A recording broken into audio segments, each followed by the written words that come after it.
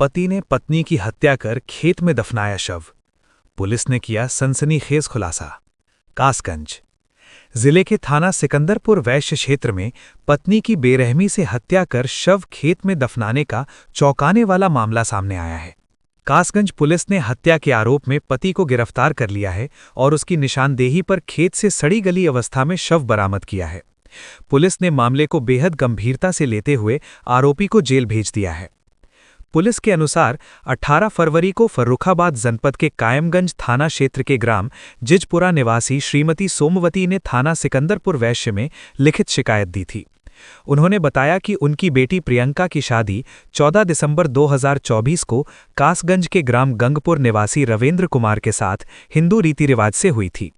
शादी के बाद से ही ससुराल पक्ष दहेज की मांग को लेकर प्रियंका का उत्पीड़न करने लगा था। शिकायत के मुताबिक 14 अप्रैल 2025 को प्रियंका के जेठ राजेश ने फोन कर बताया कि प्रियंका और उसका पति काम के सिलसिले में कहीं बाहर जा रहे हैं।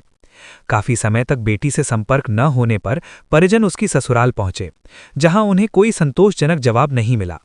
इसके बाद परिजनों को अनहोनी की आशंका हुई और पुलिस से शिकायत की गई। मामले की गंभीरता को देखते हुए पुलिस अधीक्षक अंकिता शर्मा के निर्देशन में थाना सिकंदरपुर वैश्य पर मुकदमा दर्ज कर जांच शुरू की गई। पुलिस टीम ने वांछित आरोपी रविंद्र कुमार को गंगपुर से सनौड़ी जाने वाले रास्ते से गिरफ्तार कर लिया। पूछताछ में आरोपी ने अपना जुर्म कबूल करते हुए बताया कि करीब 1 साल पहले पत्नी के किसी पुराने दोस्त से फोन पर बात करने को लेकर दोनों में विवाद हुआ था। झगड़ा बढ़ने पर उसने कमरे में रखी कुल्हाड़ी से प्रियंका की गर्दन पर वार कर दिया, जिससे उसकी मौके पर ही मौत हो गई। हत्या के बाद आरोपी ने शव को चादर में लपेटकर प्लास्टिक की बोरी में रखा और रात के समय अपने पिता छोटे लाल की मदद से एक खेत में गड्ढा खोदकर दफना दिया। अगले दिन वह घर से फरार हो गया और उसके भाई ने ससुराल पक्ष को गुमराह करने के लिए दोनों के घर छोड़कर जाने की झूठी सूचना दे दी। पुलिस ने आरोपी की निशानदेही पर खेत की खुदाई कर प्रियंका का शव बरामद किया, जो सड़ी गली अवस्था में मिला। साथ ही घर के कमरे के टांड से हत्या में प्रयुक्त कुल्हाड़ी भी बरामद कर ली गई है। गिरफ्तारी और बरामदगी के आधार पर पुलिस ने मुकदमे में गंभीर धाराएं बढ़ाते हुए आरोपी को न्यायालय में पेश कर जेल भेज दिया है। अपर पुलिस अधीक्षक सुशील कुमार ने बताया कि मामले की विवेचना जारी है और इसमें शामिल अन्य लोगों की भूमिका की भी जांच की जा रही है। पुलिस का कहना है कि दहेज उत्पीड़न और घरेलू विवाद की ये घटना बेहद गंभीर है और दोषियों के खिलाफ कड़ी कार्रवाई की जाएगी। घटना का खुलासा किया है, पूरी प्रक्रिया कैसे की गई? कल 18 फरवरी को श्रीमती सोमवती मृतका की मां, जो थाना कायमगंज फर्रुखाबाद की रहने वाली है, उनके द्वारा थाना सिकंदरपुर वैश्य में प्रार्थना पत्र दिया गया, जिसमें उन्होंने बताया कि उन्होंने अपनी बेटी मृतका प्रियंका की शादी 14 दिसंबर 2024 को रामेंद्र नामक व्यक्ति से की थी, जो सिकंदरपुर वैश्य थाना का रहने वाला है।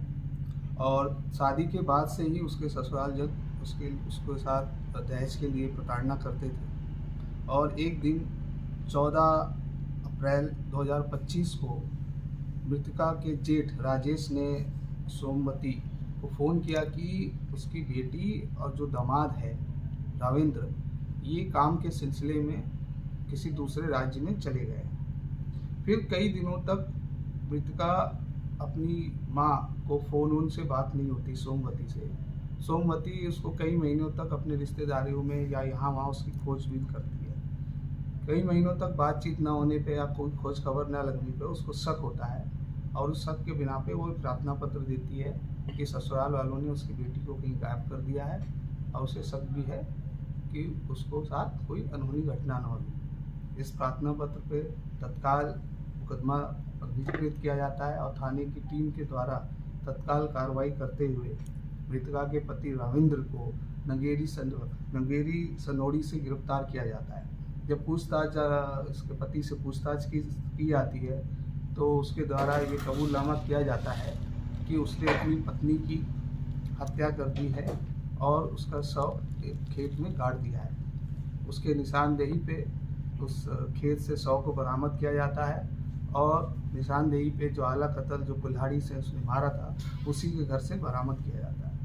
पूछताछ में उसने बताया कि उसने अपनी पत्नी को इसलिए मारा कि एक रात उसने देखा कि सोशल मीडिया पे वो अपने पुराने मित्र से बात कर रही थी, जिस बात को लेके उन पे झगड़ा हुआ और उसी बात पे उसने उसको मार डाला।